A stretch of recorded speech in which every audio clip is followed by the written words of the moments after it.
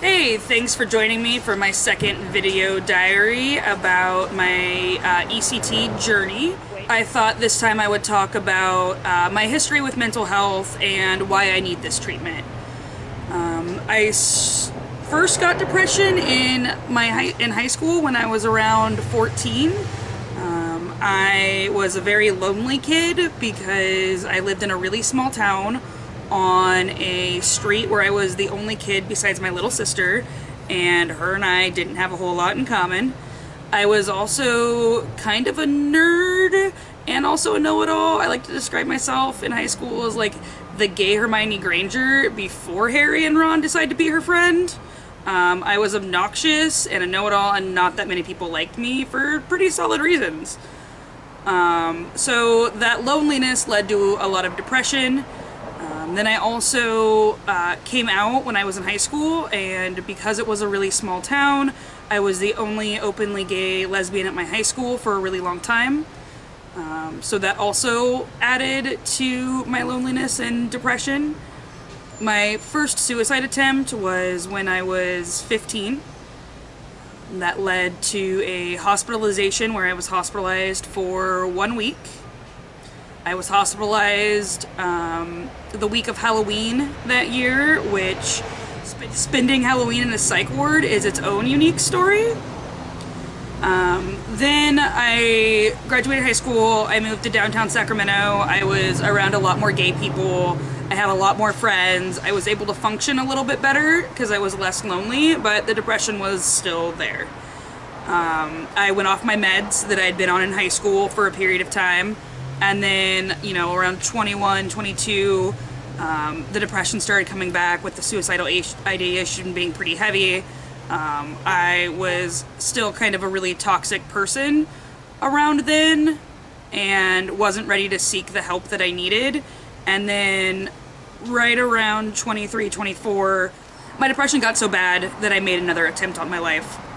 And that led to me being put in IOP, which stands for Intensive Outpatient Program. They put me on new meds.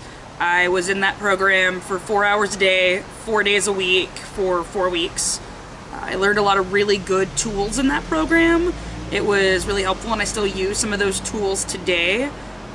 Unfortunately, because my depression is so bad, those tools aren't as useful. And they kind of don't make an impact anymore.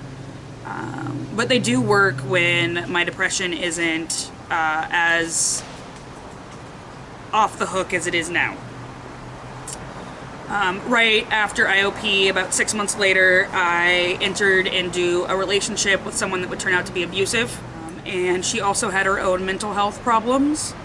Because her mental health problems were more significant than mine, I was not allowed to be mentally ill because it took away from her mental illness.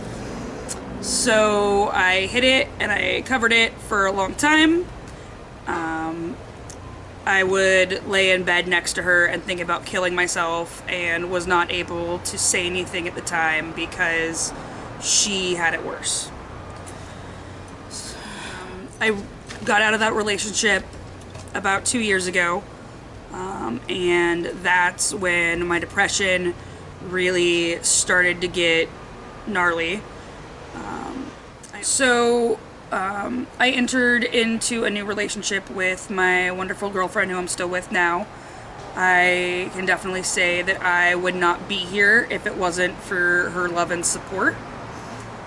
She definitely stopped my last suicide attempt, which was in early September.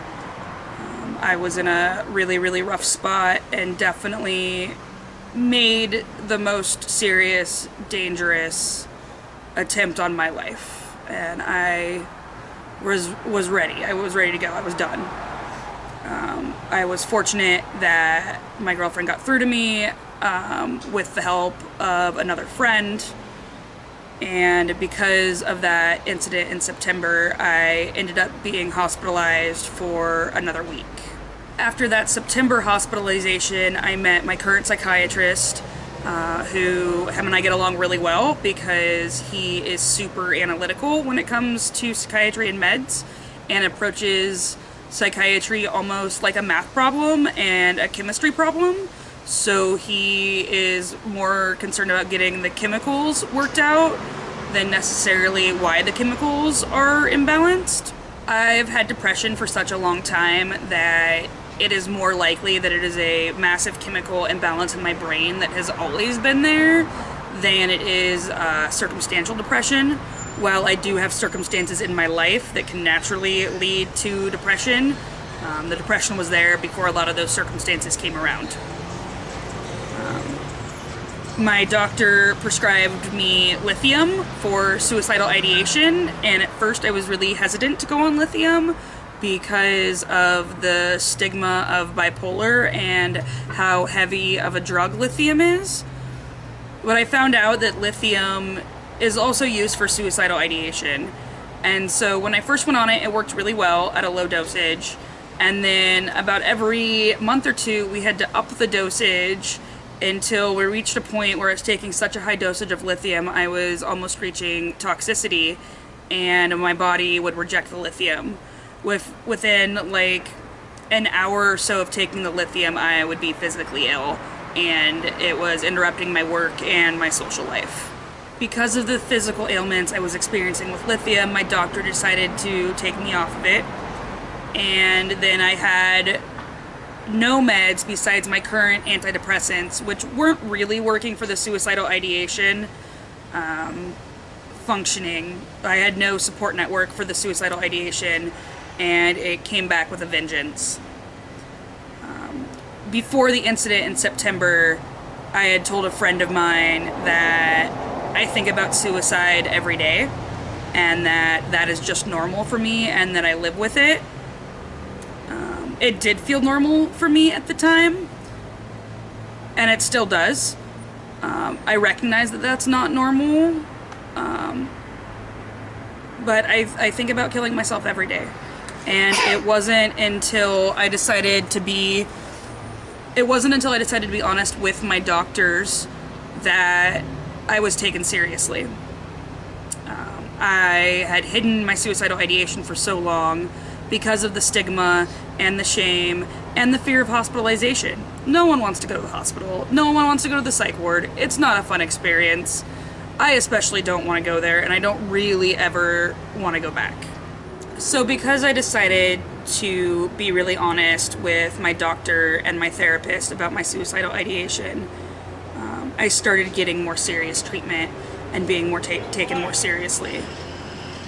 It was really hard. I was definitely really afraid of going back to the hospital, because when you tell someone you think about killing yourself every day, it's frightening. And the thing is that it's not frightening for me. It's just what I live with.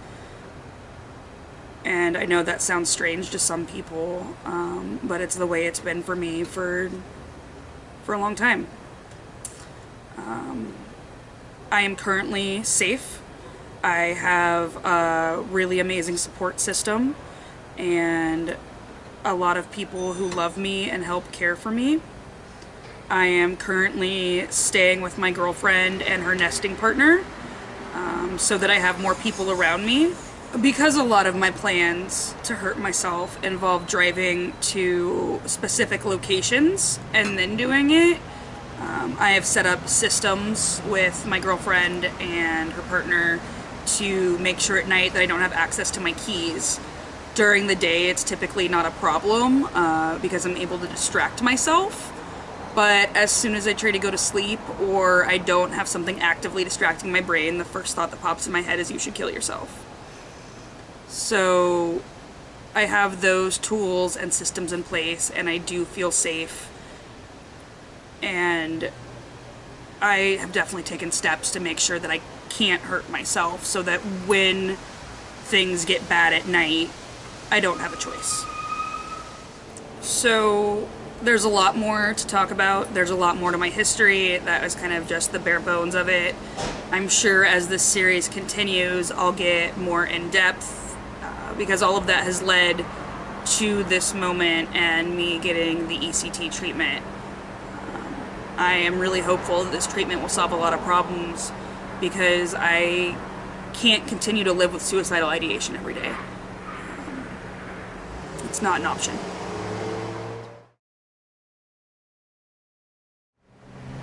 We're waiting for the light to change.